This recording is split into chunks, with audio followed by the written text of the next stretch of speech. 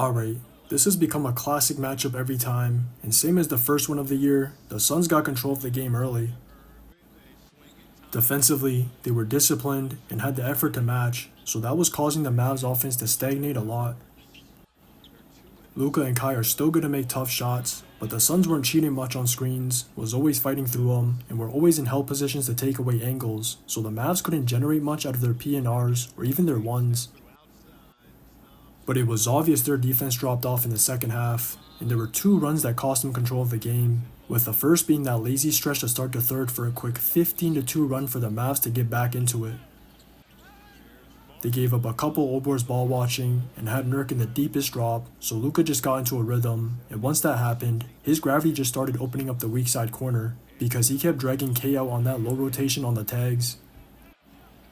If anything, the Suns were fortunate enough to have dodged some of those open looks, but they couldn't dodge all the runouts they kept giving up in the fourth, and similar to the third, it was another lazy stretch that led to a 14-4 run at the start of the quarter.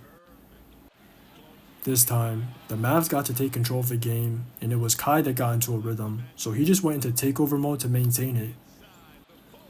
He even damn near broke the game open off his quick stretch, but it wasn't their offense that lost them the game down the wire, it was their defense, and there were some consistent issues from the start of the night.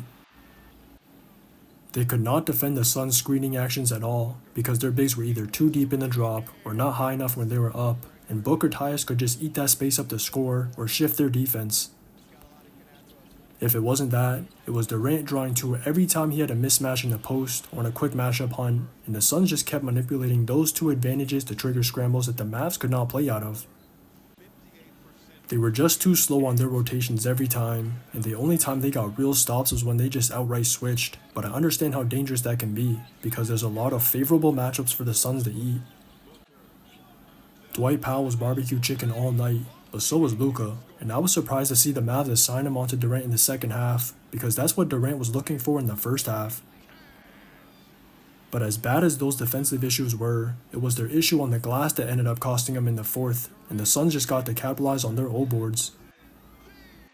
A lot of them came from Beal and Nurk crashing non-stop, and it was only fitting that's what won them the game, but that last one was still questionable. I thought the Suns initially dodged a blatant loose ball foul on O'Neal's push, and then on Gafford's foul, the refs were only reviewing to see if it occurred prior to the game clock expiring, not to see if it was an actual foul or not.